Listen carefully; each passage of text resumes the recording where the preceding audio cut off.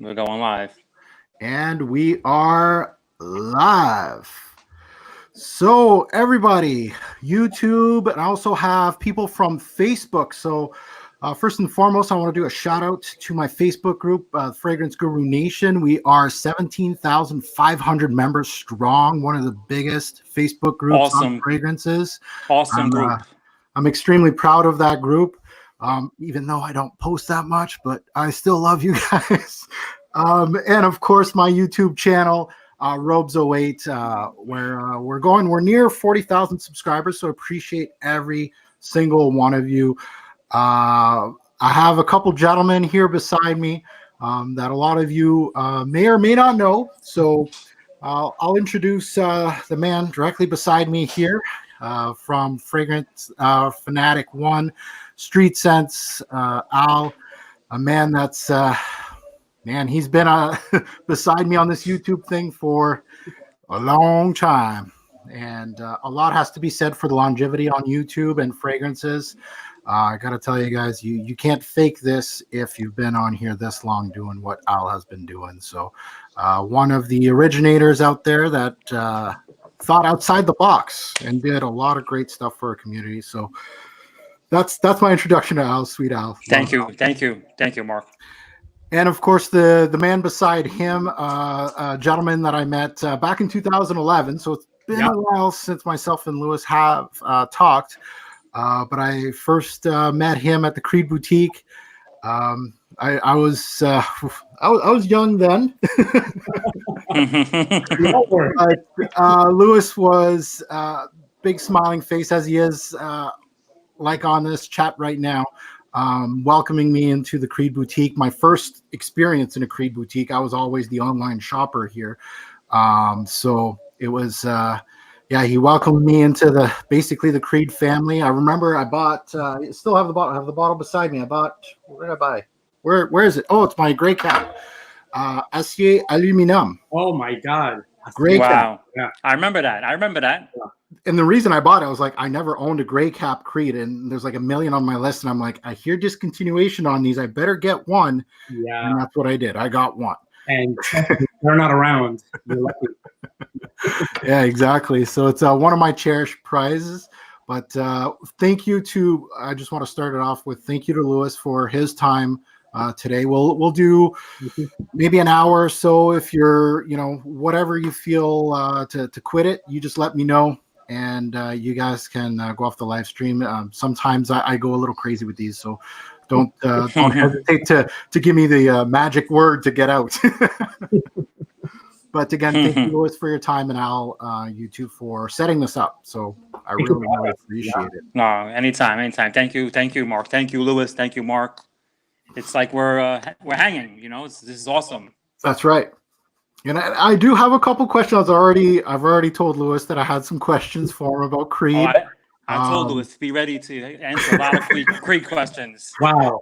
I got some crazy ones. I'm sure there's one of them that a lot of people have on their mind in the chat here, and that's one of mine. Is I'm going to start it off with the sale of Creed. Whew. I knew it. I have to start it off with that. What are your thoughts, Lewis? What do you think it's going to bring? I know it brings an influx of money. That I know, seeing who bought Creed. But what are your thoughts? What do you think is going to change? And I know that Olivier's sticking around and the Creed family, but I'd love to hear your thoughts since you're in the thick of things. Sure. So hello, everybody out there in the stratosphere. That's a big question mark. And I don't have a lot of information, but I can tell you what I do know. I was in shock initially. Obviously, my immediate feeling, was kind of like a hit in the gut, because we've always had this long-standing company, that was really, it's a huge deal to have a fragrance house that's that's this year 260 years old, unbroken line, right? And so, it was, sorry, my cat's jumping on the counter. And so, buddy, sit down. And so, it was kind of shocking to me because I didn't really know just initial news was a little bit disturbing for me initially. How did you find out? Well, I was actually in our corporate office that day, and we had a meeting. The president of our company, our U.S. division, he made an announcement, and that's how we received the news. So it was kind of like, it was minutes after it happened, we knew right away. There's actually a really big light at the end of that tunnel, and that's the thing. So once we started getting the information, it just totally really makes sense. If you guys really know Creed, you guys would know that Olivier is 80 years old, you guys, right? Yep. So, Yes. I mean, he's bumped out a lot of great fragrances. I mean, we created a lot of memories with these fragrances, and it's kind of hard to understand this whole thing, but the thing about Olivier is that he's still really hands-on on the brand to this day, right? So he spends a lot of time on the road, and he's flying from country to country, meeting with distributors of raw materials, and the rest of the time of his travels is kind of like maintaining the quality, just checking out, making sure that molecular structure is the same, and all that, and negotiating because prices of raw materials are up and down. It's kind of like a seismograph, right? Right. That's really, aside from his little time of creating, he's mainly on the road. This is why, when you think about like Aventis, we had a 7-year gap before we had another men's fragrance, which was Viking. Viking, yeah. 7 years, you guys. That's a long time. That is a long time. Yeah, right. So it's not that he's not working on fragrances all the time. It's that can he finish them, because most of the time he's on the road, right? Right. So Olivier has a bigger picture and a bigger plan for the House of Creed. And really what he wants to do is really expand the House of Creed with other things that are not fragrance. So there's going to be... my thought is leather goods are coming. Whoa! I'm just saying. I can't tell you too much, but you're very warm, Mark. So, kind of like something, from our tradition, what we've always done. Yeah. A lot of people don't know, but, we were also one of the finest clothiers in the planet. Men's clothing, they kind of gave that up in the 1950s.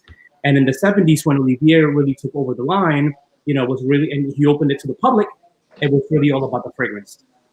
So we're going to kind of step into our rich history, but make some products for today's market, if that makes any sense. So we're going to have a lot of new products in the next couple of years, all still driven by Olivier. And because what he really wants to do is just create now versus all the traveling. Erwin is still hands-on, and he's still going to continue to do the traveling, but Olivier really wants to be the creator and still the house head hold. And so linking up with Blackrock was one of the best things that you can think about, because first of all, they believe in Olivier's vision. Mm-hmm. They don't manage any kind of cosmetic brand in their portfolio. I saw that, yeah. So they can't say, oh, we got to do it this way, we got to do it that way, we got to substitute this, and we got to substitute that, and we're going to use this vendor instead of that vendor, and this and that. So they have no idea. So the management and the creation is still going to remain the same. Right. There is going to be the financier. Blackrock, they manage about $7 trillion globally. Again, they don't manage any kind of cosmetic brand, so it's really the financier. It's right. The easiest way to put it, right? So if we want to create, we may need to move our boutiques and create bigger stores to house all the new products that we're going to have. So it's a pretty exciting time for Creed, right? It's a revolution it's silently in the works. Right. Makes any sense. Wow. Well, thank you for that insight, Louis. Yeah, absolutely. Certainly appreciate that. When I saw that, I was as shocked as you. I was like, "Whoa, Creed got bought!" Yeah. That was the last one I was going to think that was going to get purchased. Sure, and I'm sure over the years, all the LVMHs and all the Estee Lauders and all these people. Phil, do we have any more headphones? They're probably lined up, but that's not something that would be. Can you bring me a pair? I can't hear. In order to preserve and the integrity, it had to be a company like Blackrock that can just do financing and just be that silent partner. Yeah, to grow the brand, right? Yeah. Yep. Well, did they talk about Irwin's role? Will it change, or I'm assuming within 3 to 5 years BlackRock wants to know how Creed actually works. So I'm assuming with 3 to 5 years, there's probably not going to be much movement. There's going to be a lot of learning, and as you said, they got the funds, right? Right. So there will probably be more movement after the 5 years. But was there anything? And I know Irwin. Again, you know him more than me. I've never met the man, but through my research, he's one that really wanted to keep Creed as a luxury brand and to be exclusive. Yeah. I don't know if he wanted to keep it within the family, to keep it smaller. Did they talk about that at all, or his So, we can only grow so fast because you're still dealing with a handmade product. People don't really understand what it takes to build a fragrance from the House of Creed. It takes months in reality, right? And so we can only grow at certain pace. If that makes any sense. As far as Irwin's specific definition of his new titles, or new roles, new tasks, I'm not really sure. I would assume that he's taking on more and more of the traveling, that his family used to do. I know that he's also busy. He has a baby. It's a daughter. That's his firstborn. So I know that our company slogan is kind of from father to son. Hopefully, that'll change, or we may need to see what happens with that. Yeah. Irwin, he's very committed to the brand. It's funny that you mentioned exclusivity because last year, that came out of his mouth a lot. I want to have exclusive items in boutiques only. You will not see it in the Neiman's or the your neighbor in Saks, or even our creedboutique.com website. It would be exclusive where you would have to either call the store, you have to stop by the store, and really our formula works. We have a great business plan as far as the way that we make business. We obviously starts with an amazing handmade product, but also the service that we provide in our stores and online. It's really like all of our product specialists, they're really all specialists. They can speak about all the vaulted fragrances that no longer I have exist, a hard time hearing this. and and really experts. They know how to pair a fragrance to really your lifestyle. Right. And really our business model really works. We are a luxury boutique. We don't rush people out of there. It's not that kind of thing. Whether we sell to you or not, it really doesn't make a difference. But I can tell you now, you may not even buy one from our boutiques, but you would walk out and say, "Oh my God, what an amazing service! I had no idea that it takes this kind of attention to make this handmade fragrance." Right. Well, we do have a question. I'm having a hard time hearing you guys. Can you hear us, Al? I see that you're having some issues. Can you hear me? Yes, like in and out. Oh, we got to get some new headphones, buddy. Oh, you got? No, I just changed them. It's still not coming in clear. Well, we do have a question here, and let us know, Al, if you can hear us. But Scented Moments from YouTube is asking. Can I see the? Go ahead. Can I see the chat real quick, Mark? Do I hit chat to see the chat? Yeah, you can see the chat. If you, I believe you can't see it on StreamYard. You'll have to go on YouTube and mute YouTube. I think only the creator, myself, can see the chat. So I'll try to highlight them as best I can so you guys can see them. There's one on our screen right now. That's all good. Yeah, so actually, Al, I went. I'm using my Mac, and I'm using the Chrome browser, and I'm using my computer, and I can see. Using what? I'm using the Chrome browser on my Mac, and it works. Yeah, I'm on my phone. That's why. That's why I should switch, but it's all good. I'm good. I don't need to see it. I'm good. Okay. Well, I'll do my best to highlight the more interesting one. So Scented Moments did ask, will Creed release a more affordable designer line? That's a great question. So our pricing is it's really relative to the ingredients, kind of thing. Have you ever gone to a restaurant and you want to order maybe some seafood and it doesn't have a price? It just says MP, like market price. Yeah. So they basically give a price that's different every single day. So in reality, we could be one of those brands that we could fluctuate our pricing monthly depending on the ingredient, right? So this is why kind of Olivier really travels to make those negotiations so we can get the pricing really to where it's still attainable, because some of these raw ingredients, they're very, very expensive. You know, you're talking about sandalwood from Mysore, India. I mean, you're talking about like 30 grand for 10 pounds of wood. Like a little log is like 30 grand, right? Or you're talking about, ambergris, that's $100 a gram.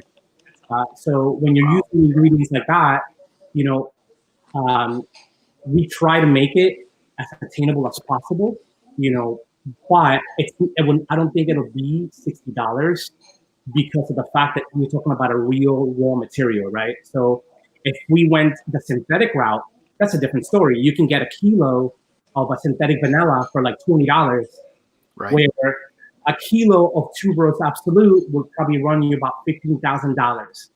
So, that's the give and take, right? So you have brands that are very, very, very good at juggling naturals and synthetics, blending them together, like Editions de Parfum, Frederick Mall, right? So, you have brands like that they also try to keep the pricing, attainable. But some of these raw materials, they're insane. They're insane. Synthetics is really, when you're looking at a fragrance that's under $100, I mean, you're talking about things that you can just get very easily and you can get in production. When you're talking about raw materials, small production, because you can only get X amount of that raw material, then obviously the prices are going to go up. It's kind of like a wine, right? Yeah. Well, a lot of these designer brands don't have an in-house parfumier, so they go to a place like Givaudan or something like that and use the same raw material, right, that everybody else is utilizing. Yeah, absolutely. I mean, so here's the thing, right? So, also the country will vary in the pricing because, every country has different taxes and duties and all these like fees that go on to these things that unfortunately is passed on to the consumer. But if you get closer to the source, you will find the product cheaper, right? So if you go to a boutique in Paris, you can save about 20%, 20 to 30% on some of the fragrances. Right. Because it's made there, so that their cost is less. Where the minute it comes over international waters and it comes to the US, then unfortunately, it gets taxed. Wow. I have a question, a weird question, Louis, about Creed, and it's about the kids' fragrance, the Creed Pour Enfants. Sure. Is that thing still in production, by the way? It's still in production.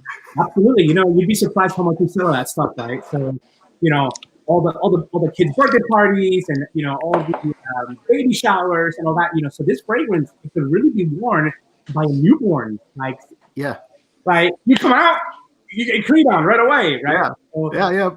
I found that very interesting. Creed is one of the unique. I think I can count on one hand the brands that have a fragrance for kids. I know Bulgari's got one. I'm trying to remember the others, but very unique. Yeah. How are the sales on that thing? Okay, I mean, obviously it's not Aventis, right? It would never be. But actually, but pretty good. It's a fragrance that it sustains itself. Put it that way. Baby fragrances have been around like forever, Mark. Yeah. Oh yeah. So I'm from Dominican Republic, right? And so next door to Dominican Republic, we have Haiti, and they were colonized by the French, and then Dominican Republic was colonized by the Spanish. So we've always had French and Spanish products. And so growing up as a kid, I'm talking about like, 5, 6, 7, we all had our kid fragrances, right? So they were like these Spanish eau de cologne fragrances. They're made by like Johnson & Johnson and by Menon and things like that. They all kind of smell the same. One will have a green cap, a blue cap, a red, a pink, whatever. And it's a little bit more rosy, a little bit more citrus. But they've always been around. But this one here really is that kind of style of fragrance, obviously made in a very luxurious way. It's really the fragrance though. However, I will tell you, you should really use it up in a year. Yeah. So there's no parabens, no preservatives. It's super, super clean. Yep. So you really have a 12-month shelf life. It's the only fragrance in the House of Creed that we actually will put an expiration date on it. Really? Okay. So when you get that baby fragrance, really talk to your Creed specialist. And does it project the kids' baby fragrance? Yeah, Creed for kids. Yeah, I love that thing. Another thing, so when kids are young, right? So when kids are kids, their skin is a little different than like a teenager because they don't sweat like that. And so for us, if you put on the Creed for kids, it's ultra light, right? But then on a child, it's actually magnified because they're like a blank canvas. Right. So I was thinking of getting it for my. But it works on child. I was thinking of getting it for my son, but he's getting old now. He's getting 7. He's 7 now. Yeah. So he's eyeballing my collection. The first bottle that he grabbed onto was Le Male, which nice. He's his father's son. Mm-hmm. That's my fragrance. Yeah, that's why that one. Le Male was an international sensation. That's the one that put Francis Kurkdjian on the map. I think he was in his early 20s when he did that one, and right. It put him. I mean, imagine you're 20 years old, brand new perfumer, and you make Jean-Paul Gaultier Le Male. I mean, that was huge, huge, right? So he got a lot of attention. Of course, that was and so this classic. To this day, it's amazing. Hey, I got a question for you, Louis. Green Valley, is it coming back? Wow, Green Valley. So, not that I know of, Al. Yeah. Oh, Mark, look at I got a lot left. There you go. So Green Valley. It's funny. It's such an interesting fragrance because when we used to have it in store, we always had it like next to the green Irish tweed, right?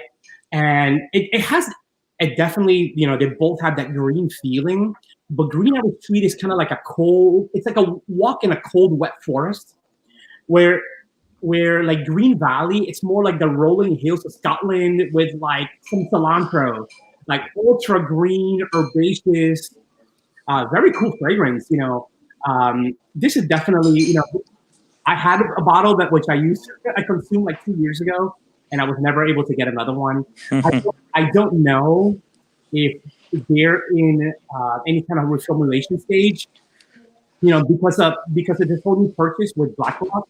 I don't think that they're going to be bringing back any of the classics like that. I think it's more about looking to the future and expanding the brand. Right. Also, you need to consider that we don't have a lab team. It's just Erwin and his father. So that's the team, right? So, as far as reformulating, some of these fragrances, the reason they're not produced anymore is because they don't meet IFRA standards anymore because they may have an ingredient or raw material from years ago that it's no longer available. And the thing about the House of Creed is that everything that we have for sale, it's made in original format. There hasn't been a reformulation. Right. And so, in order to reformulate, you would have to spend some time in the laboratory. And I just don't think that that's the best use of their time right now, personally. But I wouldn't know, Green Valley's, by the way, one of my favorites, always making my top 10 spring. Right beside GIT, right beside Sélection Verte. I call them the 3-headed green monster from Creed because they do green well. So I haven't met a brand that can do green as well as Creed. So kudos to them for Green Valley, Sélection Verte, and GIT, which are my favorites of the brand. We got a question here from Raphael, and we're going to go through all three of us. He's asking Louis, but I'm sure he won't mind if myself and Al chime in. But Raphael's asking, Louis, I did ask you this before, but can you share with the folks here, which is your favorite Creed of all time? Whoa. So, Raphael. Yeah. That's a hard question because, mostly. I'm having a hard time hearing this, Phil. It's going in and out. Mostly, I'm not. Jay, bring the Chromebook. Can you hear me out? You there?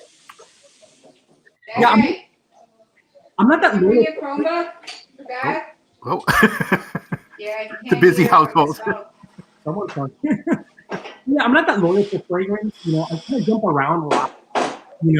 depending, where I am, we have a store in New York and Miami and Las Vegas and LA, and the weather's so different in all these places. It could be freezing here, but then I'm on a plane to go to Miami, and then all of a sudden it's like 85 with Hear me? the humidity. So definitely the same fragrance will not work. However, I think I've narrowed it down to an ultimate free fragrance for me. Okay. This is breaking news, you guys. And the reason being is because I believe everybody has a fragrance journey, right? So, when you're a child, you really have, you don't have a voice. You don't have a voice. You can't really select what you really use what's given to you, or you use what your parents have, right? So, for a girl, you may use what your mom has. For a guy, a little boy, you may use what your father has, right? And that's how you start your fragrance journey. And then once you get into like your teens, you start dipping into. Hold on a second. Give me a second. Put it here. Because they do. I'll mute you, Al, while Lewis is talking. There you go. Yeah, and so Sorry, Al. and so as a teenager, you're driven by marketing. So if you're using Prada jeans, Prada sneakers, you're probably going to get the Prada fragrance. And so as a teenager, you kind of fall into these these marketing pits, right? But that's okay because that's what everybody's using. If your friends are all using fragrance, you may want to jump in. I mean, I remember when I was in high school or junior high school, everybody was wearing Cool Water, and we thought we were the coolest dudes. And that was awesome. That was an awesome time. And every time I smell it, it takes me back there. And then, the next step is like, once you're out of school and you start making money for yourself, you think you're the master of the universe. And so you start dipping into fragrances that are probably a little bit like stronger or very unique, borderline weird, because you want to make that statement, right? You can Nasumato, Black Afghano, that's a fragrance that, if you're 16, you're probably not going to rock. But then if you're 25 and, you got a nice little job, you got your own apartment, you're in Chicago, New York, LA, you like that fragrance. That's right. Right? Then once you get into your 30s, you're probably settled down now. You're probably thinking about having a family. And then you might want to get a little bit something more conservative. Because when you're married, you gotta play it cool. You gotta be the dad. You gotta be the dad. Maybe a Sunday fragrance kind of thing. And then, once you get into your 40s, like me, you kind of want to start all the way to the beginning again. And this is where it makes full circle, right? So this is the part where you want to get fragrances that really remind you of the good times you had in your lifetime, especially early on, no responsibility, no children, no wife, free time, and so remember when we talked about the baby cologne? Yeah. So to this day, what's really funny, I don't wear the Creed one, but I do wear a baby cologne. Okay. Right, and I've been married with my wife. My wife and I were together 7 years, and when we first got together, she used to say, "It's kind of weird. Why are you wearing like a baby cologne to bed?" Yeah. And it's a fragrance that it just makes me relax and refresh. It's not a fragrance that's gonna last all night. If it lasts 30 minutes, I'll be lucky, right? Yeah. In that little time, and it makes me really feel good and calm, and I'm able to sleep like a baby. My wife is an emergency room nurse, by the way. She's a Terminator. She's a real life hero. Yeah. Big shout out to your wife. Yeah, Exactly. Yeah. Thank you. To this day now, she wears it every day as well. So it's a ritual that we have. We take a shower in the evening, and then you put on your baby cologne. And trust me, it's a really nice feeling. And so when I think about my ultimate favorite Creed fragrance, and it's funny because I was actually going to show you guys, but it's this one here. I don't know if you guys can see that. It's a Pure White Cologne. Clean. Ah. Right. Yeah, of course.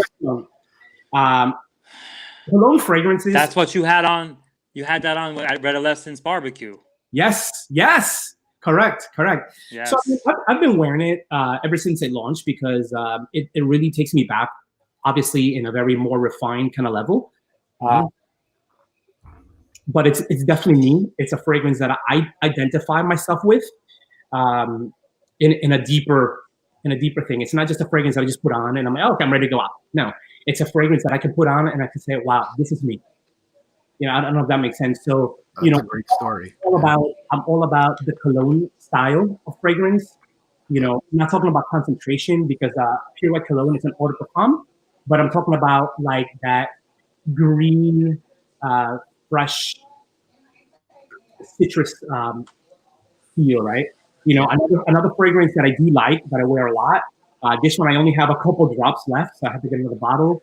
Didn't they rename cologne?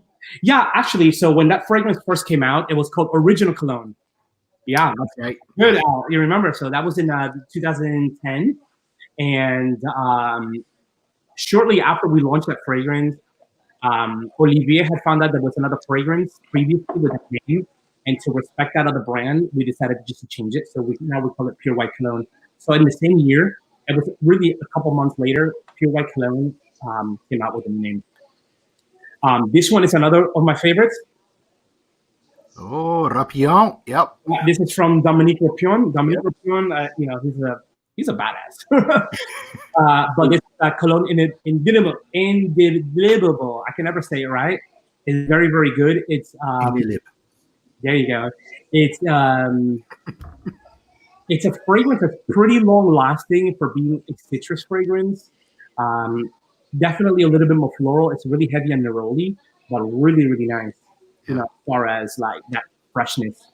You know, I'm always looking for freshness in fragrances. But that was a great question. That was a good story. I like that. I like that. That's the fragrance circle, right? So you know, right. when customers come in, you know, and I you know, in my mind, I think of their age, and I think about like where are they in their life, right? And then I you know, obviously I ask them more personal questions to really find out more about them, and then I kind of try to find a fragrance that really fits into their lifestyle that's right there. Yeah, they can get the maximum. See, I'd love to have your job. It's just I would love to ask those questions. You know, like, okay, what's your age? What's you know, what's your background, and you know, what kind of food you like, and where do you live, and what is this fragrance for? Is it a signature scent or? Correct. You know, I'd have fun there. I mean, you know, it's not. Come to find out, Mark, it's not so much important like to ask questions like, "Oh, what do you have at home?" Yeah. Or like, what kind of ingredients do you like? Or do you like spicy? Do you like freshness? That's in reality, you know, like these things don't really matter. It's more about really finding that connection you have with that particular fragrance. That's right. You know, so if you tell me that, you know, you like to vacation in like, you know, the south of France, all right, so, you know, let's think about that for a minute. You know, like that's your favorite place. That's where you like every chance you get, you go there because it's like maybe, you know, where you met your wife or that's your anniversary or whatever. Find that meaning, right? And then find a fragrance that really fits and just takes you there. Right. That's right. So when you have a connection, it really becomes, you know, a signature scent, and then you can. It's a fragrance that you will always finish. Yeah, that's the great thing about scent. Like I've, you know, just thinking about your high school scents, right? They might not be the best crafted. Like I was wearing Swiss Army. Yeah, it's not the best thing in the world, but when I smell it, it takes me back, and it's important to me, right? And as a reviewer, like I'll tell you exactly what it is. It's a $20 drugstore fragrance, but for me, for my journey, it was so important to me, and it still is. Like smelling that fragrance, it's important to have a bottle of that just to remind me of my past. And there's some fragrances that I have in my collection that are super important to me. It's not because of their composition or how much they cost. It's just the memories that came with them. Like a fragrance like Tea for Two by L'Artisan Parfumeur. Yeah, of course. It's a great tea-based fragrance. It just calms me down, but it's one of those that's always going to be there because there was some moments in my life that that's what it did to me. It calmed me down. And every time I smell it, it calms me down. So if I have to do a fragrance review, sometimes I spray on Tea for Two and it just goes, okay, focus. But I got Tea for Two on me and I'm trying to do something for another fragrance. I mean, fragrance, it makes you feel a certain way, right? So, you know, you can be Superman. You know, a lot of people, you know, that's just an Aventis. You know, you know, people put it on, they want to like run through a wall or jump off a building. That's right. You feel that strength And then, you know, when you have that positive mentality, like who can stop you? Who can That's stop you? You can crush that meeting, you can crush that sale, you know, you know, you can build up that um uh the bravery to like go ask that girl out or whatever. right. It's you know, fragrance can do that for you, which is it's really an unbelievable thing. And this is why, you know, to go back to what I was saying, you know, when you like talk about the emotion and just really find the place where that fragrance is going to fit in your life, man, that's a beautiful thing. It's really, really beautiful. You know, um, there's nothing nicer than when you see like, you know, someone is well dressed that smells incredible. You know, whether it's man or woman. And I'm not talking about you gotta be in a suit. No, you should really well put together. You know, with nice jeans, and t-shirt, and just have like a nice fragrance that really goes with who you are, your DNA, your haircut, your style, your tattoo, whatever. You know, that's really cool. Yep. Yeah. Agreed. You know. Let's This is why a lot of times, you know, these fashion houses, you know, like Calvin Klein, you know, really made a lot of money in that because, you know, their fragrances really mimic what was on the runway.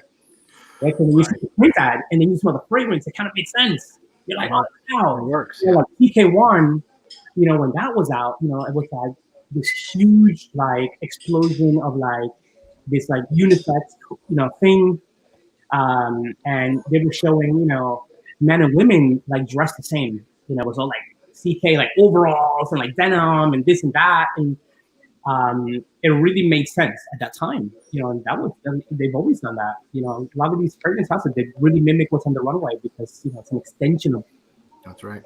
that DNA, right? So if you look like that, and that's your style, that's really you know you got to get that fragrance. Because it just matches and it dances. Let's move it to Al. Let's see what Al, your favorite from Creed. Can you hear us? Wow. Yeah, I can hear you. Like Hey, Louis what's up, said, buddy? that's a tough question, bro. Wow. If I say Aventis, everybody's gonna say I'm so repetitious. You're so the repetitious, I'm Al. always talking about Aventis. There we go. I'm probably gonna have to say Event. Aventis. I mean, I'm gonna go with Aventis. Wow. I know it's repetitious, but that works for me. Aventis works on my skin. It's a short shot. Every time I wear it, I feel confident. It smells amazing on my skin. It lasts forever. And I probably have gotten the most compliments from Aventis, and it's a winner for me. It's the real deal. You know what I'm saying? Like Louis always says, why would you not want to go with something that's gonna work? That's right. I'm always reaching for Aventis. So Al, let's dig on that. Let's dig on that. All right. So to make you feel confident, you forever. But why else? Go a little deeper. We'd love to know. Go a little deeper. Why else would you love Aventis? Like what else do you love about it?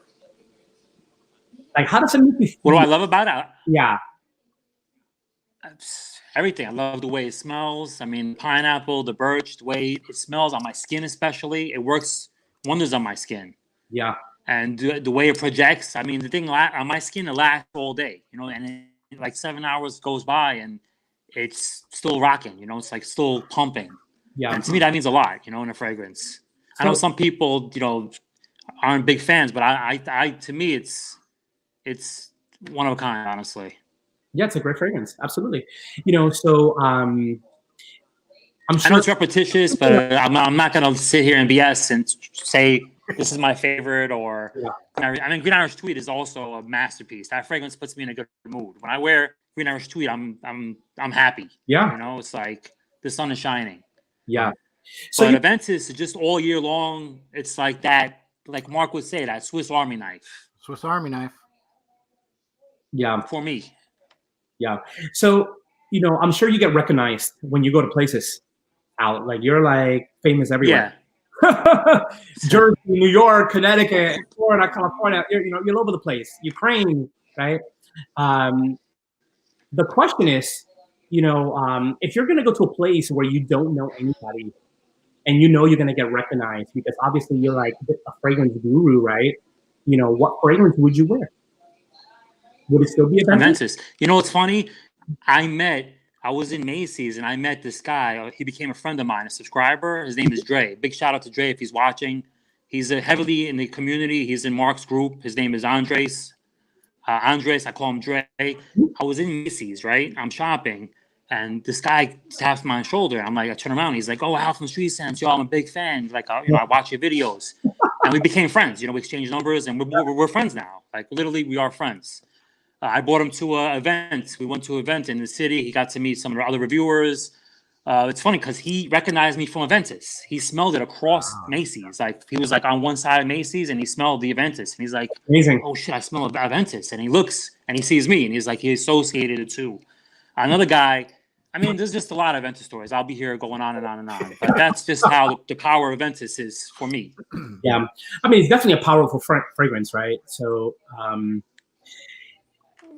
the thing about Aventis also, I mean, it's a little bit aggressive, but it's also very luxurious, right? So it definitely, you know that it's a little different than just the regular ponies out of the stall, right? So there's just something different. It has that definitely like high caliber feel, Right.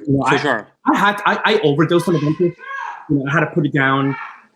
I've gone through a couple bottles of cologne ever since it's come out. So, very well received by me, and obviously you guys know my style of fragrance. So for me, it really worked well.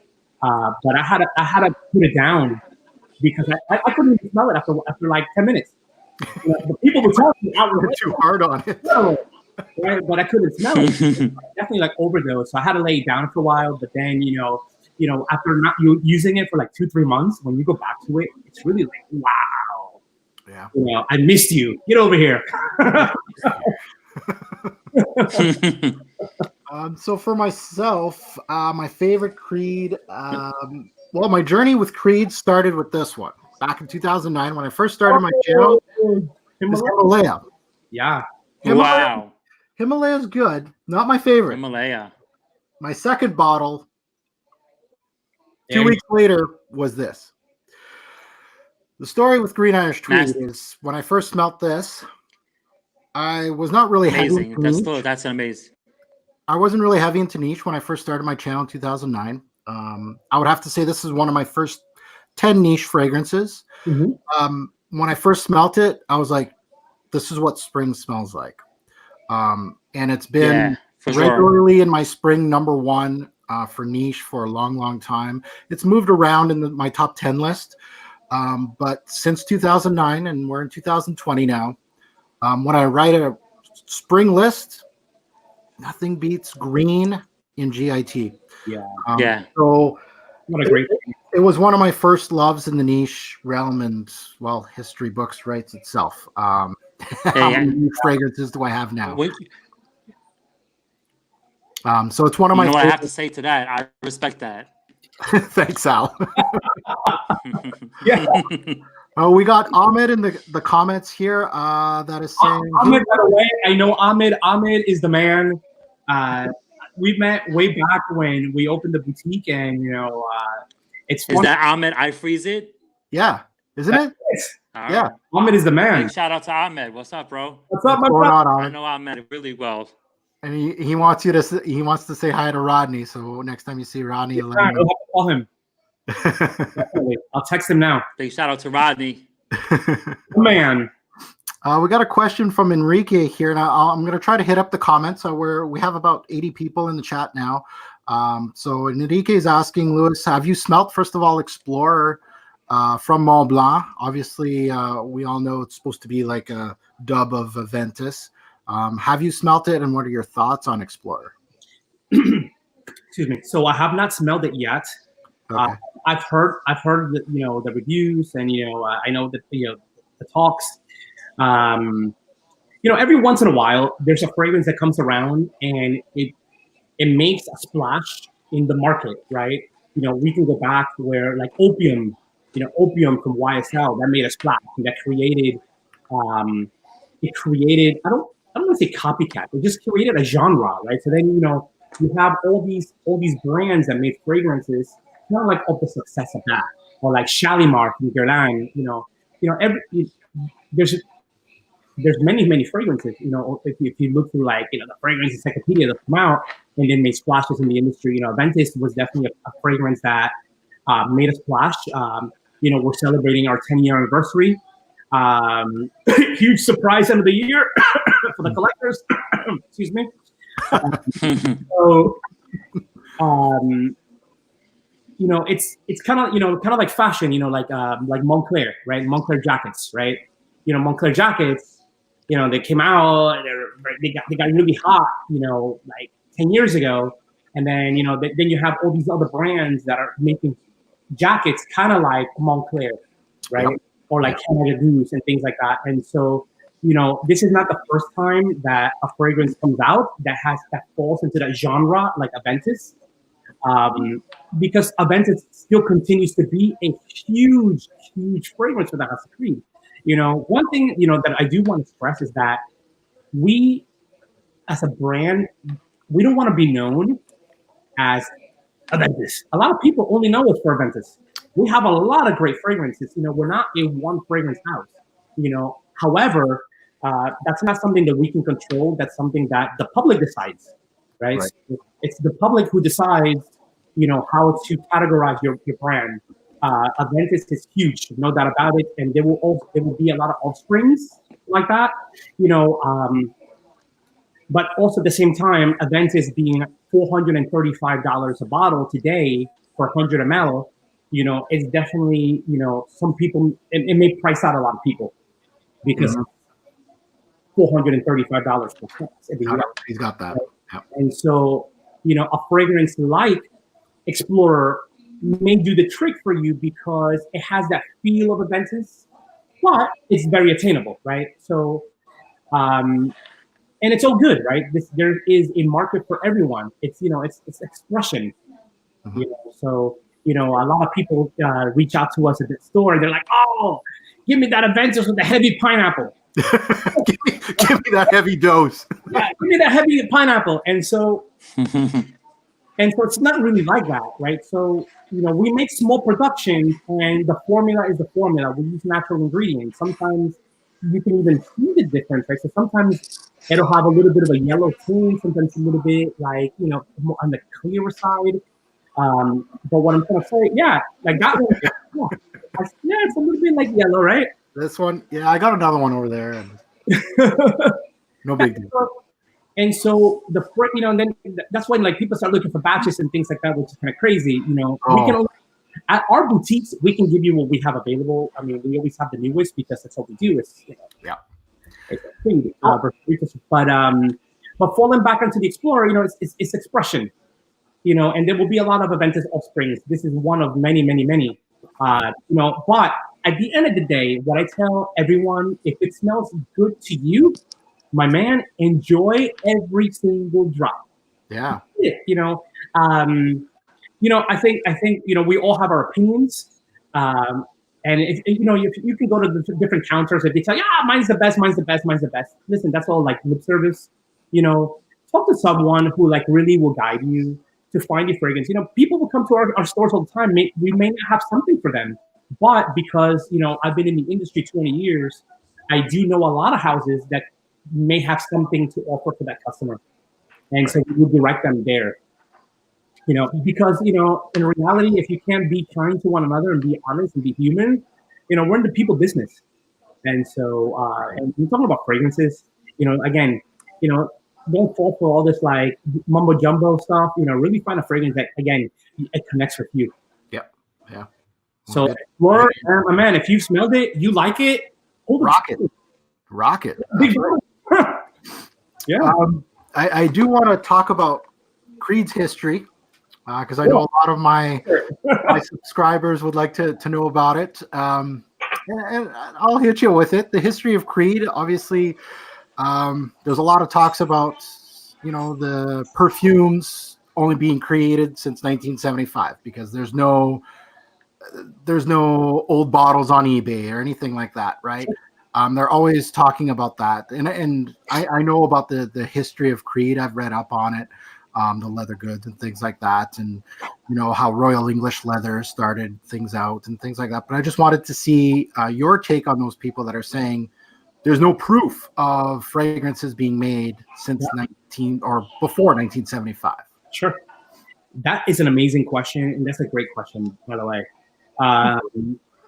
There's one of the things that we really focus on in the past 5 years is really the education of our teams, right? So whether you go into the boutique or you would go into one of the retail stores, you go to Neiman, to Saks, or Nordstrom, something, you would be able to get the correct information. So we put a lot of money, a lot of energy, and with myself, every time we had new product specialists at one of my stores, I've made a lot of trips out there, just really focusing on that, on the knowledge, on not just product, but also the rich history that we have. And so the stories like this, right? So pre-70s, right? It was really a private place, and that's the thing. So we have been a bespoke house from the beginning, right? So bespoke means made to measure, right? So it's kind of like you would go to Keaton or Cesare Tallini, which are these Italian brands. You would go there and you would get a suit made for you, custom, by string, right? So these fragrances were really like that, Mark. So also you need to understand, back in the day, they just didn't invest like that. It wasn't like they produced a lot of fragrances. People didn't have that kind of money like they have today. There used to be a time when you did have a fragrance, you had one fragrance, you would use it if you went to church, if you went to dinner, if you went to baptism or whatever, you just had that one. You had one fragrance. Now we live in a society where you have many, many things, and we're very blessed to have this opportunity to have all these amazing things. But back then it wasn't really like that. So Olivier Creed, it was his idea. So when he took over the company in the 1970s, he removed a lot of fragrances and he opened it to the public. Yep. Before that, it was made to measure, guys. It was all privately made. It was private. So, like for example, in 1936, the King of England, King Edward VIII, he went to Creed and he had a fragrance made just for him. Well, everything for him is right, but it was a made to measure fragrance. And the way they made it, he was the King of England. They used Olivier. They used ingredients that they were underneath the British Empire, right? So all the countries that were underneath the British Empire, they grabbed some ingredients from each one of those.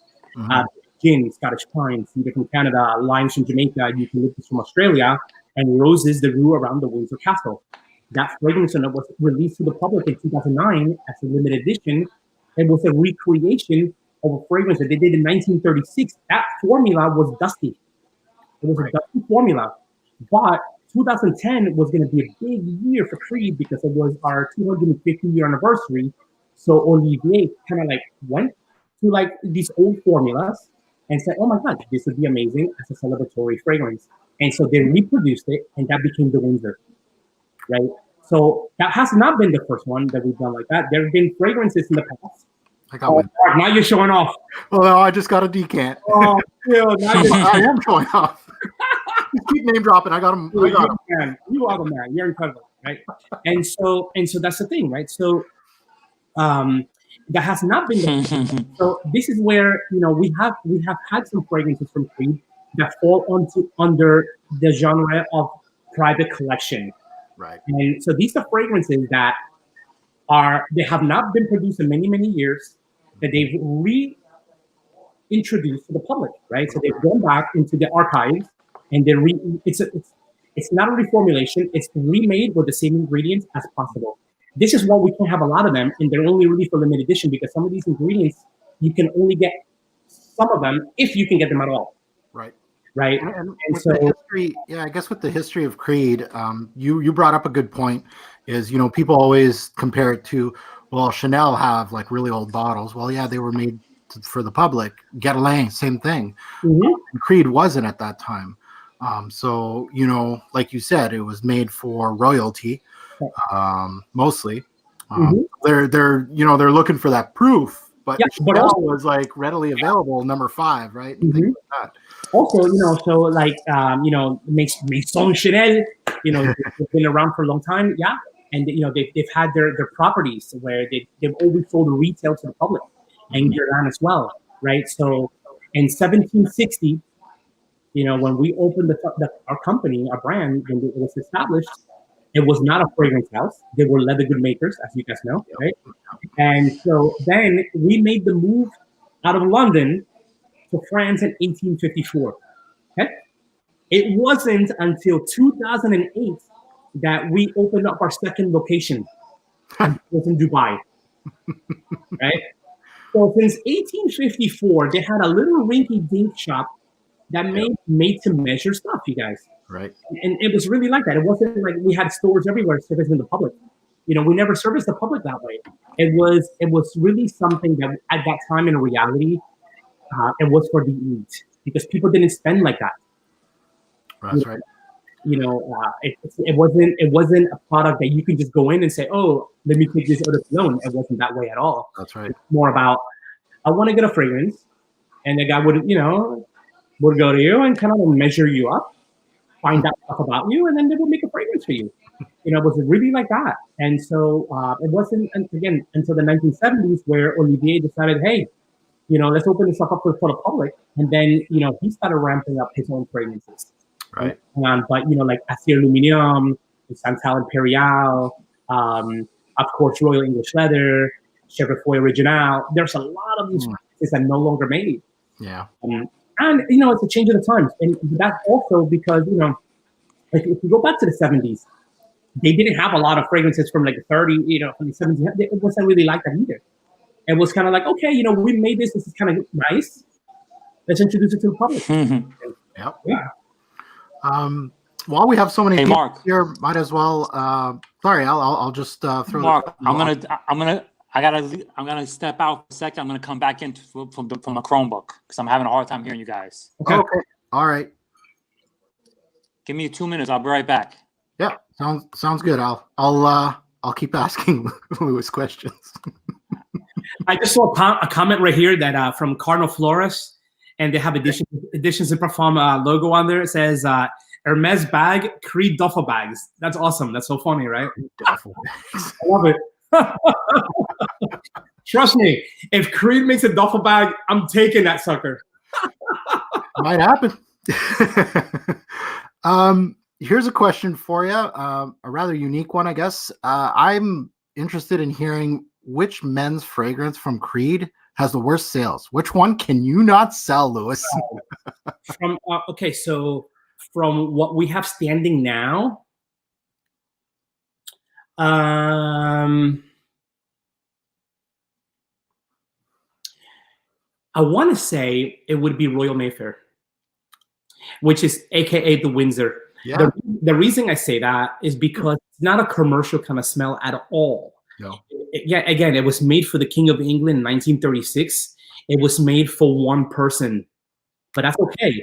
We offer it to the public because it's an amazing fragrance. It's a landmark fragrance. It's made for king, you guys, right? So it wouldn't be a fragrance that you can put like in a magazine, right? So you pick up a magazine of Men's Health and you open it up, you will never put that fragrance in there because people could never understand the caliber, right?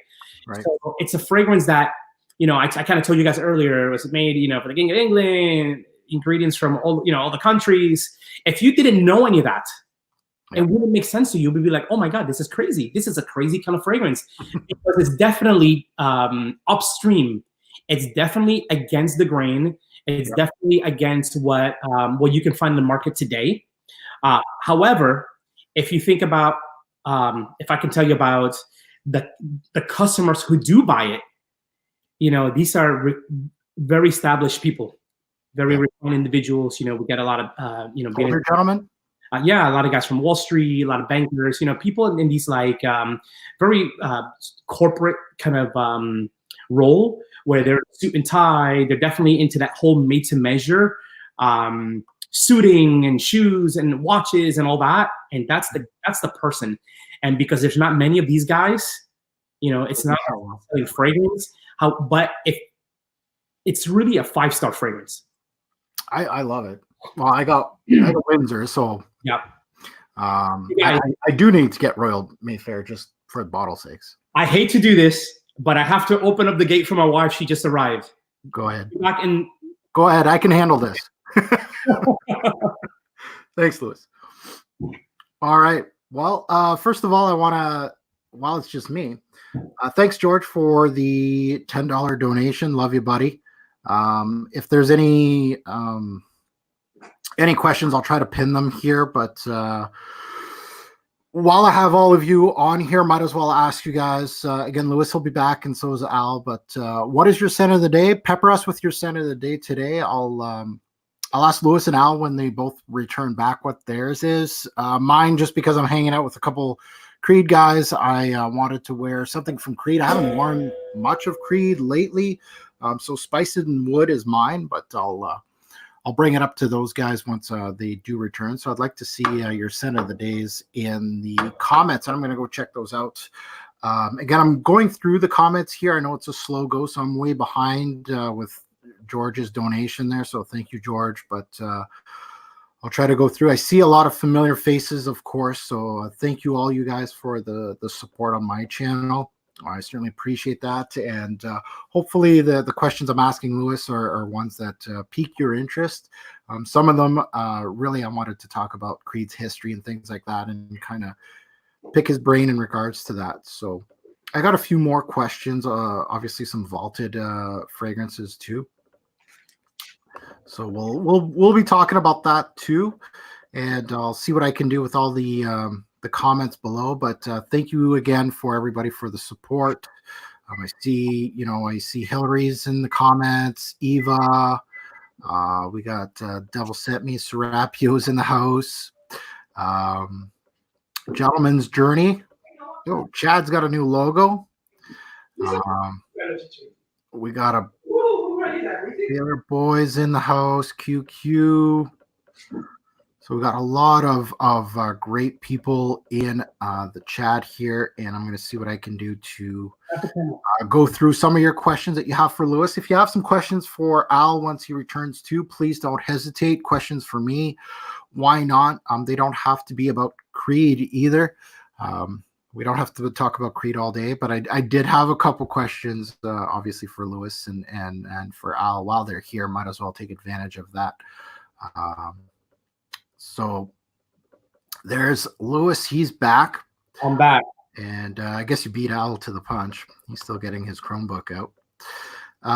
So the last thing we were talking about was Creed's, of course, the worst seller in the men's aisle, which kind of surprised me a little bit. Though, do sales affect discontinuation or in Creed's repertoire, or is it just really things that Creed would discontinue because of the rare material that's been utilized? But does sales affect it? Like, would Royal Mayfair be on the chopping block? So that's a good question. I mean, obviously, there is a financial responsibility as far as running the company. Mm-hmm. And obviously fragrances that don't sell, most brands are kind of like frowned upon, and it does cause discontinuation in the future. However, I do have to tell you, so when we first released Windsor in it was fall 2009, early 2010, they made 70 flacons. That was a short run, 70. Wow. Okay. They were ordered from 1 to 70. They were all signed by Olivier Creed. And there were also 200 atomizers already pre-filled.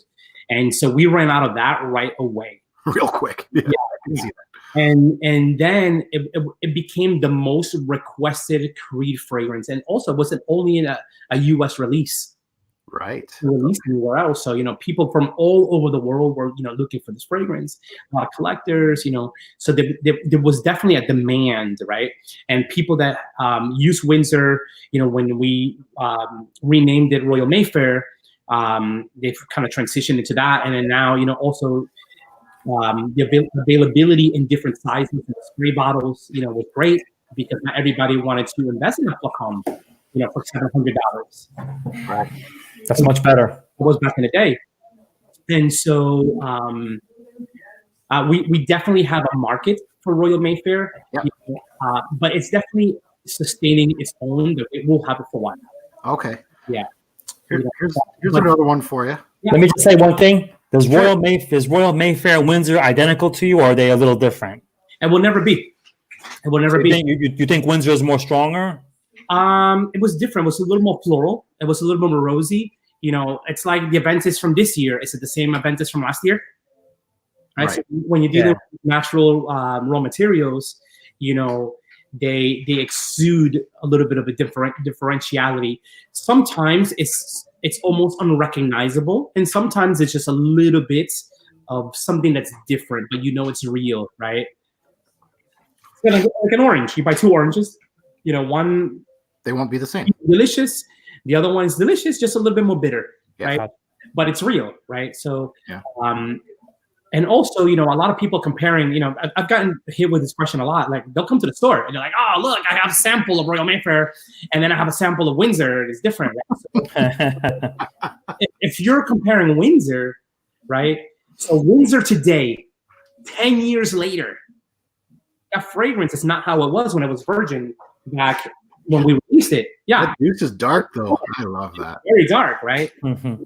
So, where a bottle of Royal Mayfair now, it doesn't have that the deep of color. It's a little bit more transparent. So it'll be very, very different. You know, Tabaron Millésime is a good example of this, right? So if you get a bottle that's fresh of Tabaron, it's green, the color. Yeah. Well, mine is kind of. Yeah. The newer ones are green, right? Like a green tint to it. Yeah, it's green fresh because they use green tobacco leaves, right? They don't use the dried tobacco leaves. They use them while they're still like, you know, raw. And so it's green in color, but then once you have it out of the box, it's photosensitive. So then it gets a little bit more clear, and then it could even get like really dark. Wow. Like a whiskey kind of thing. So, you know, a fragrance, you know, they age. Sometimes you can see it in the color. If, you know, fragrances that are not purple, you know what I mean? You get these fragrances, you know, they're abstract, right? So they, you know, these companies, they put color. Sometimes they put color to make people think that it's stronger because, you know, mentally you think, oh, if it's darker, it's a stronger fragrance. Yeah. Sometimes they just do it for the style because, you know, kind of thing. The look of it. Yeah. Yeah. With Creed, you know, we didn't do any of that, you know, so whatever color it is at the end of the formula, it is. But some of the ingredients could be photosensitive and they can change over time. Just the formula, you know. So here's one that piques my interest too. Is what is the most requested vaulted Creed? Because I know people with money ask you all the time, can you give me this? Can you give me that, Louis? Mm-hmm. What is the most requested one? So there's 2.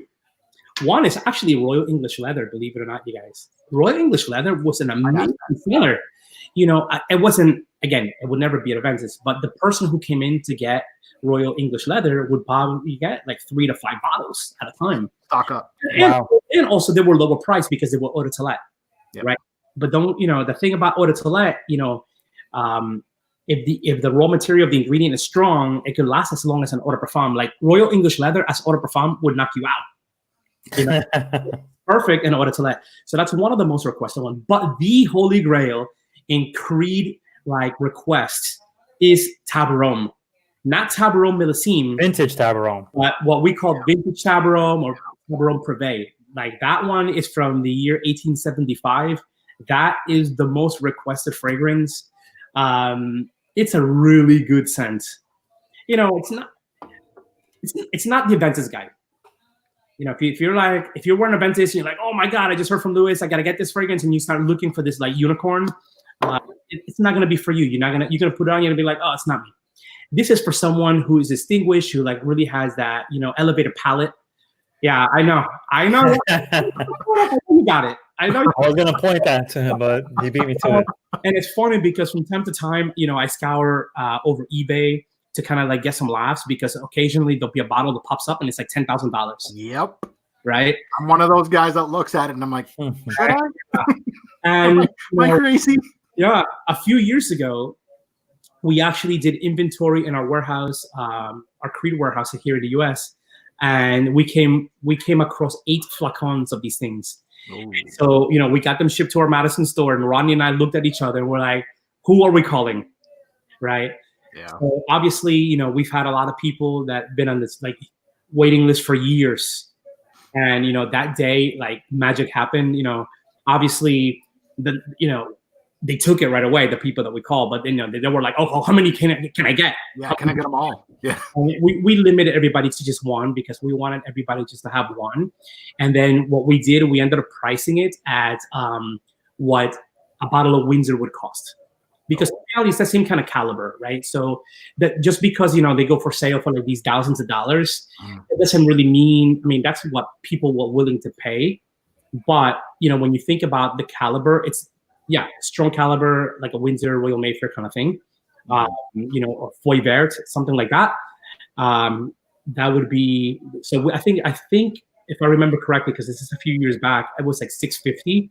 You know, but now they're like $10,000, you guys. Wow. Yeah. I remember back in 2009 when I first started my YouTube channel. Once I started falling in love with GIT, I looked it up on eBay. It was $1,000 for one, and I should have got it. I should have. I hesitated, and now here I am. Yeah.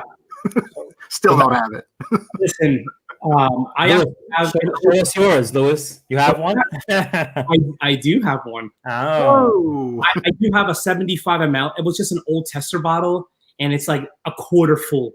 You know, it's something that I will put like maybe 2 spritz like a year. Yeah. That's it. One of those. It's a very long-lasting fragrance. And you know, before I used to keep it in the store, and I used to show it to people because a lot of people used to ask me, "Well, what's the shelf life on these Creed fragrances?" I'm like, "Dude, this fragrance is 20 years. Bro, you tell me." Yeah, exactly. You know? But it's really like the God's nectar kind of juice, and something that, you know, I decided just to pull away from the store, and it's not something that. Can I say one thing, Mark? Have you ever smelled Royal Service? Of course, yeah. No, I'm saying, did Mark ever smell Royal Service? No. That's the $1,800. I know. Edition. Ryan has it. Yeah, 1750. Yeah. So that's one of those that got away. It's still on the buy list, but what's up with that fragrance? Yeah, but here's the thing. So there were 1,000 bottles made total, in totality, right? 1,000 bottles made in the year. It was released in 2010, right? So the fragrance now is 10 years old right now. It was an anniversary fragrance. So, you know, I know how like some of these rare Creed go. Me personally, if I could get one, I wouldn't even spray it. I would just keep it because the sucker is just going to be in the stratosphere. It's really a fragrance that depicts and really brings the House of Creed to life. So the idea with Royal Service was that when Olivier had the idea of making an anniversary scent, it was about creating a timeline from 1760 up until 2008 when he was working on this fragrance. And from that whole timeline, he picked out all the fragrances that were monumental. Okay. And then from all those fragrances that were monumental, he picked some ingredients and then put them all together. Wow. And so when you smell Royal Service, if you know Creed, you would smell some other fragrances in there. They just kind of creep on you. Pick it apart. Like, oh, this smells a little like this, and this smells a little like that. So it's really a fragrance that depicts the House of Creed, like all in one. Louis knows how to sell, eh? I'm going on eBay after this and see if Royal Service is available for a couple grand. All my stuff. Eva from Fragrance Test Tube is asking us, what are your guys' favorites Creeds on women? Not specifically the Creeds for women, but any Creed on a woman. So we'll start with you, Al. What do you think? I like the way this smells on my wife. My wife wears Virgin Island water, and it smells amazing on her. What about you, Louis? So, so the first Creed that I got for my wife was Aqua Fiorentina. Yeah. When we first started dating, and she loved it, and it's a fragrance that she still wears it. And then when we got married, she wore white flowers. So a lot of women when they come into the store, they're like, oh, you like this fragrance? I'm like, that's the wrong fragrance to ask because I love it. I mean, I think of my wife every time I smell it. You know what I mean? She doesn't wear it all the time, like special occasions. But I do. Me personally, I love that on her.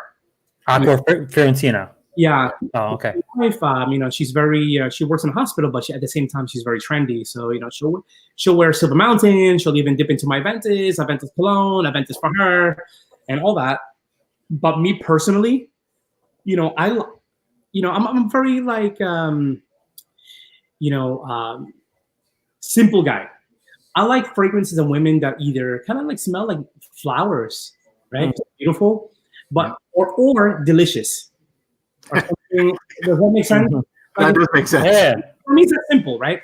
I think when women wear like these crazy fragrances, like all these ouds and things like that, I mean, there is an appeal, sure, absolutely, But in my realm, for me, it's just something either delicious or just something beautiful. Right. It's kind of that simple. Well, that's good. What about you, Mark? And for me, well, Al, you stole mine, so I'm gonna go. I'll go with the second one on my list, and this is Sublime Vanille. So I love vanillas. That is beautiful. Yeah, That's great. Great fragrance. A great vanilla on a woman. Yes. Yeah. It's funny because that fragrance, a lot of guys buy it as well. Yeah. Yeah. That's a great thing. Someone else is asking here, Fonzie Boy 92 Abel, great YouTube name. Is Creed doing anything for the 10th anniversary of event?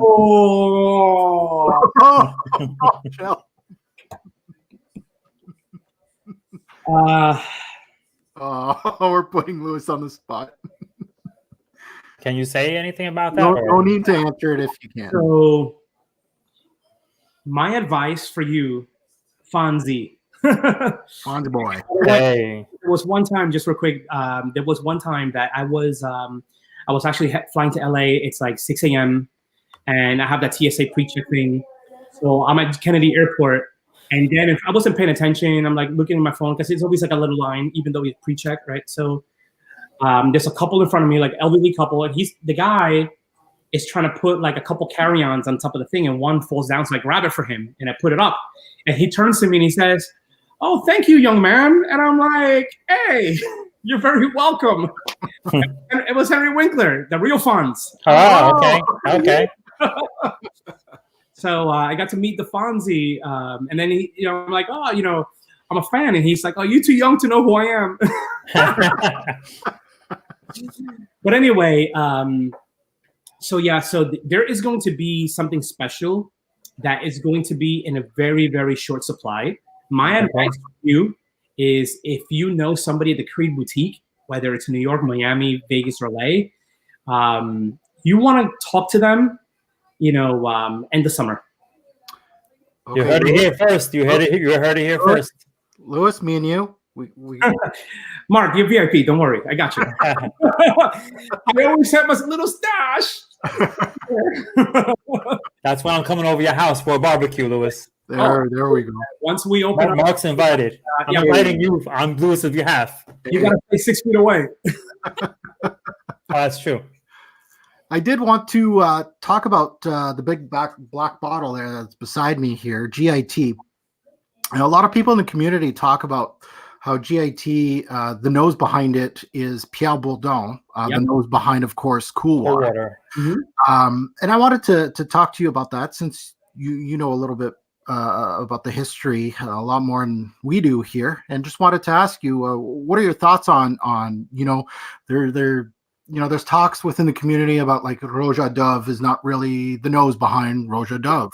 It's actually people behind the scenes, and he's kind of just like the puppet. What are your thoughts on that when people say Pierre Bourdon made GIT?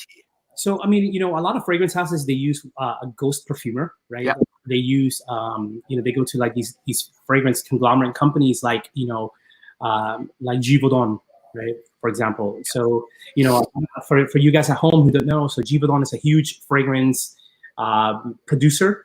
They have a branch in Paris. They have one in Dubai. They have one in New York. And if you are a top perfumer, if you are like really good at your game and you live in the US, you're living in New York and you're working for Givaudan, they're that good. Yeah. I want to say that if you are sitting down just for consultation, it's like $50,000 just for consultation because they only take serious buyers. Mm-hmm. Trust me, if they make a fragrance for you, it's dynamite. You know, a lot of people here on this forum, I'm sure they enjoy Tom Ford fragrances, right? So within Givaudan, they have a man. His name is Rodrigo Flores. He is half French Mexican. He is one of the noses behind some of those private collections that we enjoy from Tom Ford. Right. And so they create this recipe and they sell to Estee Lauder, and Estee Lauder manufacturers. You know, which is nothing wrong. I mean, that's the way they are, right? That's how they're made. And Pierre Bourdon, I actually had a chance to meet him before he retired. You know, Pierre Bourdon, he in like in my heyday, right? So in my teens, he was deadly. You know, he did cool. He did a lot of good fragrances for men in the 90s.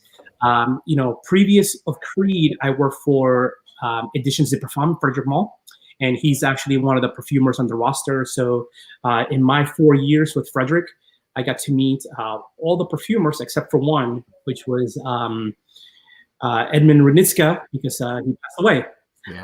All the other ones I got to meet, and I was able to get into their heads as an artist, you know, including Jean-Claude Elena, which he's also a master.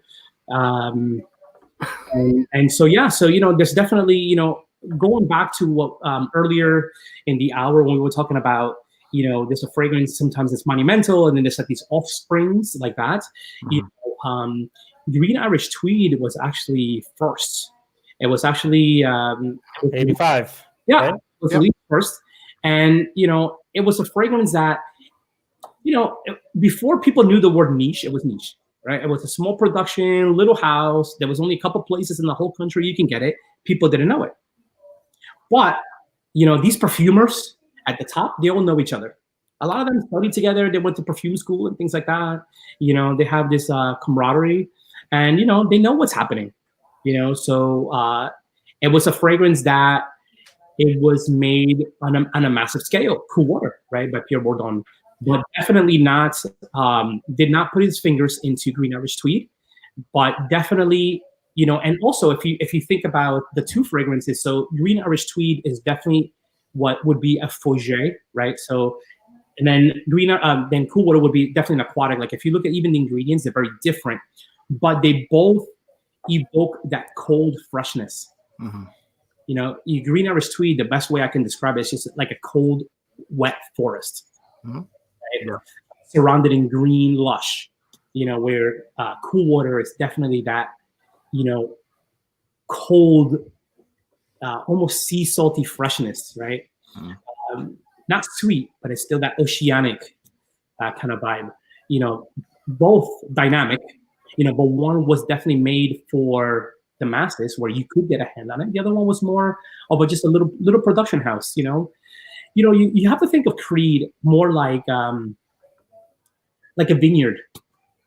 You know, not all the time they're producing stuff, but once in a while they produce like this vintage, they produce this bottle of wine that everybody just needs to get it, you know, but you never heard about it before.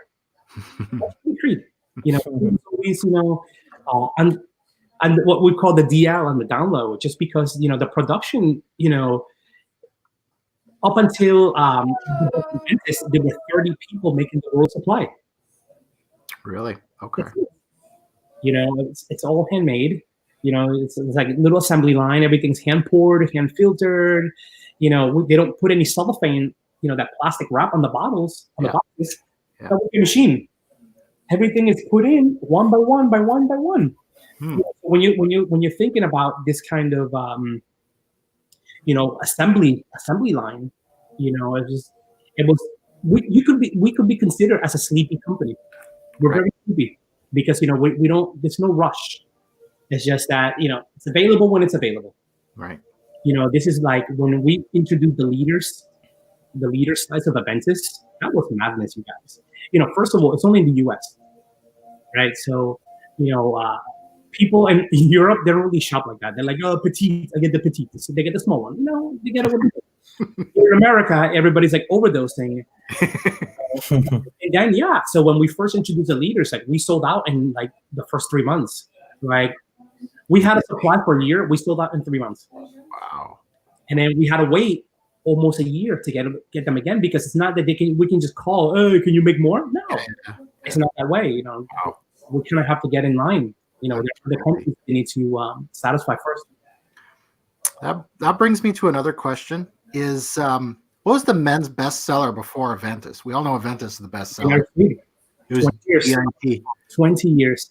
You know, and the success of Green Irish Tweed is really all about bringing back the idea of having one scent, right? Where remember when I said earlier, you know, people used to have one fragrance. You would wear to church, where you were on a day, you would wear to a meeting, you would wear this.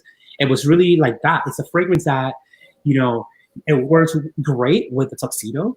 It wears great with jeans and t-shirt or shorts. You know, to this day, you know, so big holidays, Father's Day, Christmas. It's all about Green Irish Tweed still, you guys. You know, Aventis was great overall, but Green Irish Tweed is the fragrance, is the pinnacle for Creed. You know, fragrance that, you know, I hope to God, you know, it's around for a lot longer. You know, long time. Let me ask you a question. Why did they put Green Irish Tweed in a black bottle? So it's funny, right? So that's a good question. So that's a very good question. Yeah, a lot of people look at original vetiver and it's a green bottle, but then Green Irish Tweed is in a black bottle, right? So think about the way the Green Irish Tweed smells. It's a dark scent. It's a dark kind of freshness. You know, there's violet leaves in there. You know, it's in a darker realm. Think of violets. You know, where original vetiver, the idea was using the whole plant, not just the roots like everybody else. You know, where we're using the green leaf. So it just makes sense as far as the color, right? So when you smell fragrances, sometimes you can see a color. Sometimes you can visualize a people or a scenario or a color, right? And so when you think about Green Irish Tweed and the way it smells, it's a dark kind of scent. It really made sense to be in a black. And also, you know, think about like, you know, wearing a tuxedo. A tuxedo is good with Green Irish Tweed. So it just kind of goes. Look at Royal Water. Royal Water is frosted. Yeah, water. Wow. I haven't seen that bottle in a minute. I got all the old schools. You're just showing off now. Here's a question for you, Louis. What are your thoughts on YouTubers and companies utilizing us as their marketers? You know, there's a lot of brands out there now that are giving out free bottles to guys like me and Al and stuff like that, and you know, saying market for us. And we are their marketers now. They're not putting any ads or anything like that.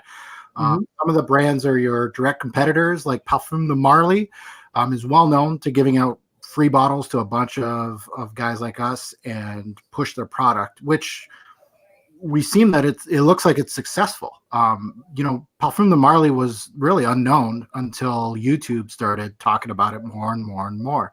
What are your thoughts on that? Yeah, so Perfumers Marley is a great company. You know, they kind of like revamped and came out, and you know, the bottles. I don't want to say similar to Creed, but they do have a likeness. You know, and I definitely love the double stallion. I think it's a pretty cool, very good looking bottle. You know, here's the thing, right? So the fragrance world has really changed and evolved in the past 10 years. You know, our palette has really has really gone into like more artistic kind of thing, and I think that people crave a little bit better quality products overall.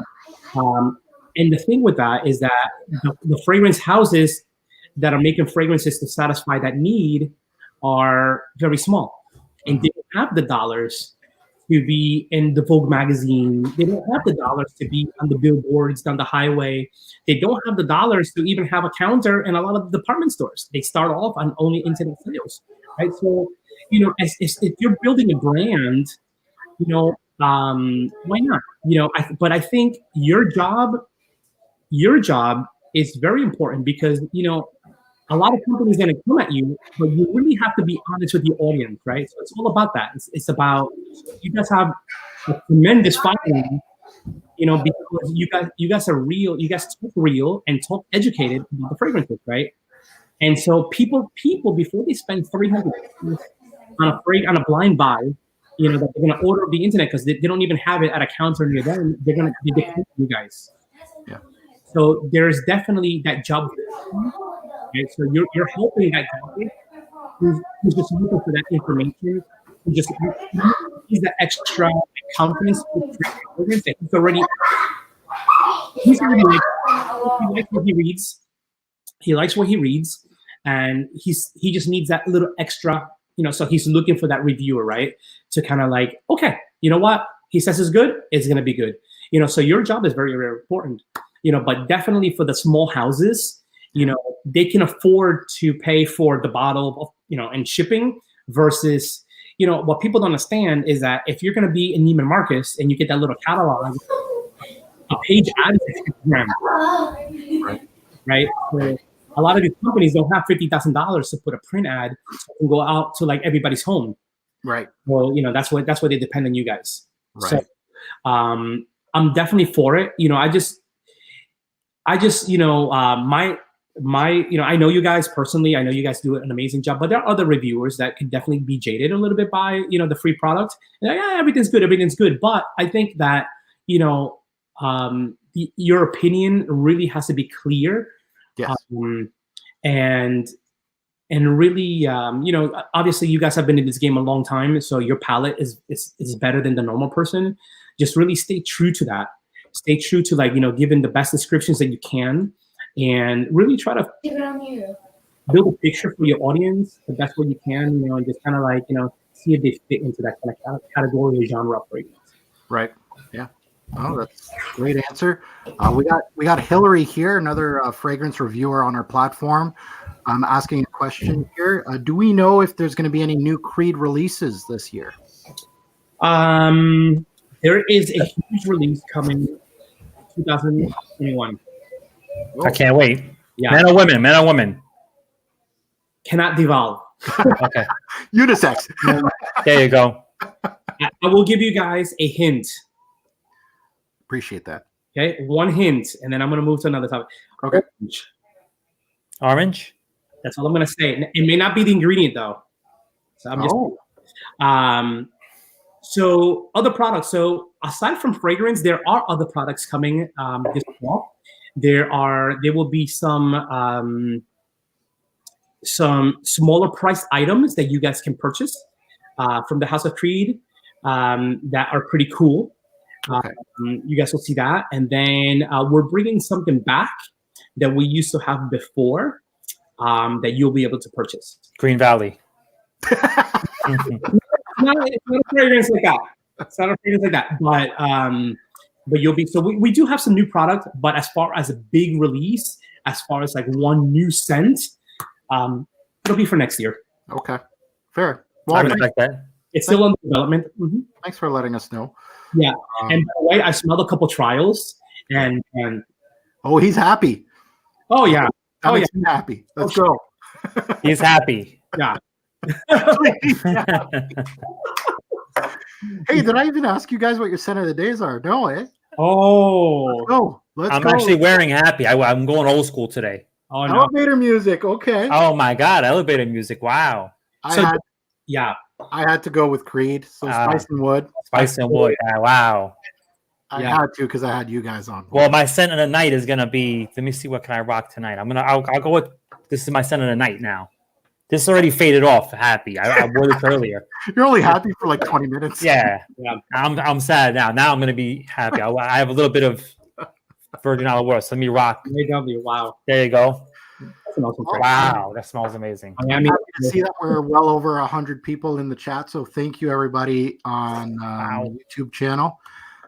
Thank you for tuning in. You guys are still good to keep talking. I know we're peppering Lewis like crazy. No, I actually have a couple minutes, but I do have to get ready for dinner because my wife just got home. So. Yeah, me too. I gotta wrap it up soon too.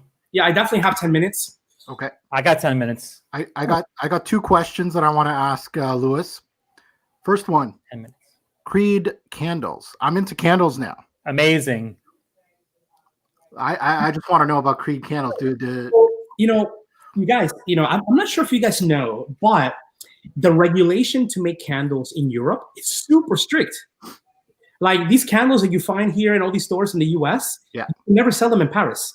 Really? Because, they contain a lot of ingredients that are considered, over there like carcinogens in reality.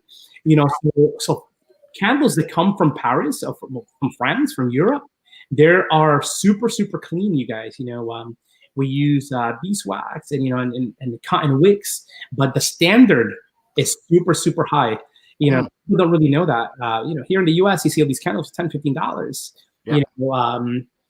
100%, they're not that good for you. In reality, it's not that it's going to kill you; it's just not that good for you, right? What do you mean, to inhale them? Yeah, I mean, it goes in the air. Yeah. If you put a candle, maybe in like I don't want to say close to the ceiling, but if you have something like higher up, these candles will make a mark on your ceiling. Yeah, of course. Yeah. It's because not good for you, no. they have like metals. Mm-hmm. They have metals in the candles, So, but the whole thing with Creed, from everything that we make, whether it's a candle, all our ancillary products, our fragrances, they're made really humanely. Our oil that we use is still made through infusion, so it definitely comes still from a raw material that that we cook with warm alcohol and extract that essential oil, and then we collect all these essential oils together, and we make this concentrate. And so the same method that we use for our fragrances, we use it for our candles. And so our candles are very, very nice. Can they smell a little different from the one you had before? Absolutely, because it's could have been an oil from a different batch. But very, very nice product. The vehicle, the actual glass, is actually really nice. Also, it's evolved over the years. And I'm going to ask you guys one question. Well, I won't give you a hint. What was the product that Erwin Creed made? What was his first product? Now, he has not made his fragrance on his own yet. Right? He has not made a fragrance. But what was the first product that he ever made on his own? You guys know? On his own. Oh. It's not available anymore. Not a fragrance, obviously. It's not a fragrance. Yeah, I got no clue. It was a candle. Candle. I was gonna say candle. Oh. It was a candle, and it was the Creed Mimosa candle. Actually smelled really nice. So if you know what mimosa smelled, it was pretty true to that candle. The thing with that candle was that for whatever reason, the oil was super photosensitive, and it would change color, the candle.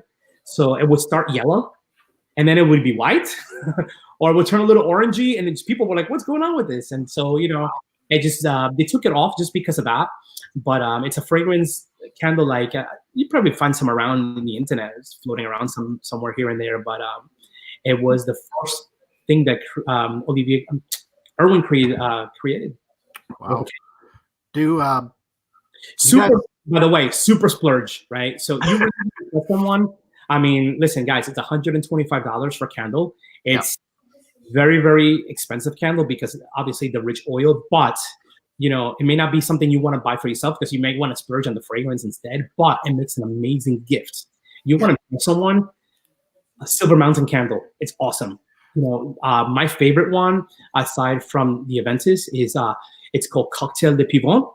And that one, it's a floral fragrance, but it's the strongest one. So if you're gonna go to a dinner party, or if someone's cooking at their house, that they're a chef or something like that, because it's very strong. It takes over the room, this candle. So just a little tip. Is there a Virgin Island water one? No. Wow. That's what I would want right now for the summer. Yeah. People request Sublime Vanille, Virgin Island, and Love and Black for candles. I could see Everybody requests that. Yeah. Yeah. Talks of a boutique coming to Canada, Toronto. Oh, Good question. We have been looking in Toronto. Yes. It's been on our radars for a couple of years already. We were looking at the Yorkdale area. Now that could be frozen. With the whole purchase with Blackrock. I'm not sure. Because now, if we are expanding our offering to the public, we may need a bigger space. And so because of that, our designs have to change, our space has to change, and so we would have to design different things now going forward. Makes sense. And I was on the Creed website and I noticed that you guys have discovery sets. Didn't even know this. $55. Mm-hmm. You get a discovery set and it gives you a voucher for $50 on your next purchase. That's awesome. I didn't know about that. Yeah, it's a good value because the thing is, I mean, here's the thing. So all these samples, by the way, they all come from France. It's not like Creed is made in the U.S., so they're not cheap. Each one is probably about €5. Right. And so when you translate it into like a dollar amount here, to be shipping samples all throughout the country all day long, I mean, it gets really expensive. But we wanted to still offer them to the public. So as a business strategy, I mean, they're offered to the public where you can get them, but then at the same time, we gave you a voucher so you can redeem it of your favorite Creed fragrance. Yeah, so it doesn't have to be one of the ones from the discovery set, but you do have that voucher. And discovery set is really about that. It's about discovering a fragrance, from the House of Creed. It's a great tool for that prospect customer. Someone who excuse me 1 second, you guys. Sure. Yeah. So I'm still here.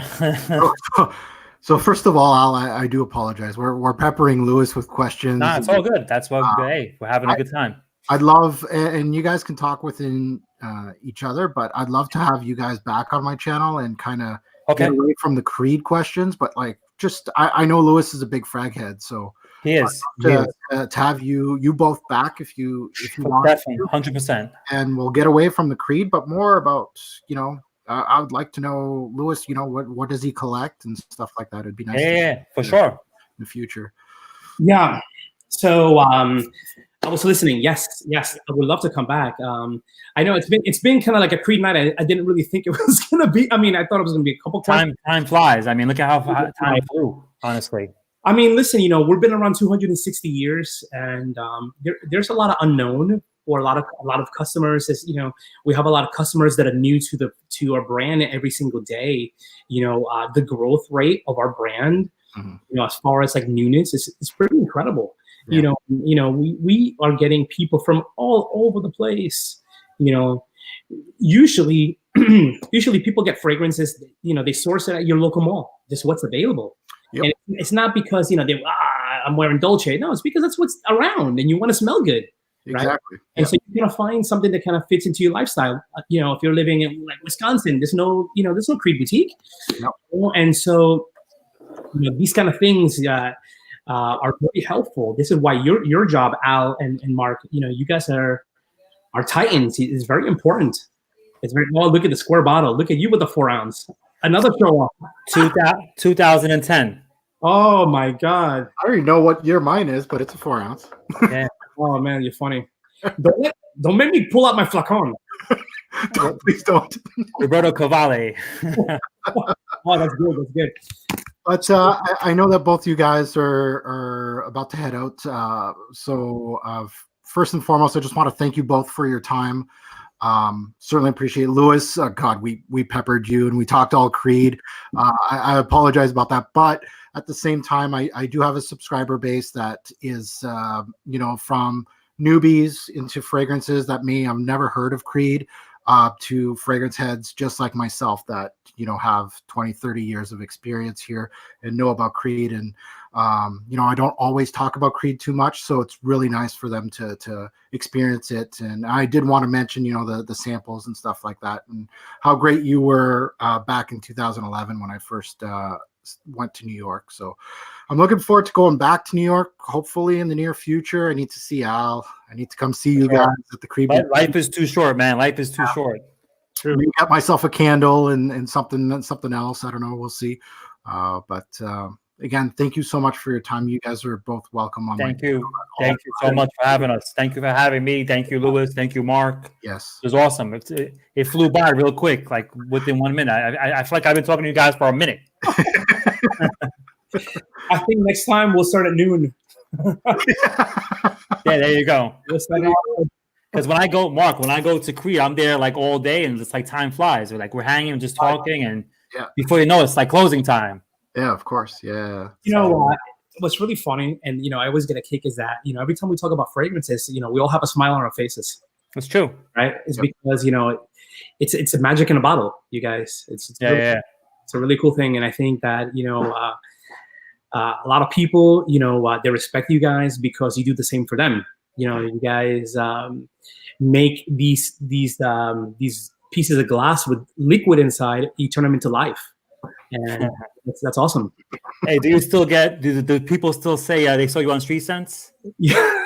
Now we're gonna say I saw you on the Robes08 channel. Oh, there you go. Yeah. Great. There you go. That's so awesome. if you want your Creed products, you know who to call. Ask for Lewis at the New York boutique, and he'll hook you up.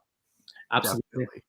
By the way, couple things that were big already. So this year is a big year of celebration for us, 260-year anniversary. So back in January, we reopened our Las Vegas boutique. It's huge. It's 1,200 square feet with a private VIP room in the back. Hey, amazing. Then here in New York, as we speak, our boutique is being renovated. So once they open the city, we'll be going into a fresh, brand new Creed boutique. Same location. We're at 794 Madison Avenue, corner of 67. But it's going to be a totally new design. It's going to be more in line with our other boutiques. So, we have a lot of customers that are bi-coastal. They go to LA, they stop at our store there. And then when they come back to Madison, they're like, hey, what's going on with you guys? Like, that store is awesome. And so it was time, but that's part of our celebration. So we have 2 brand new revamped stores. So looking forward to seeing everybody there.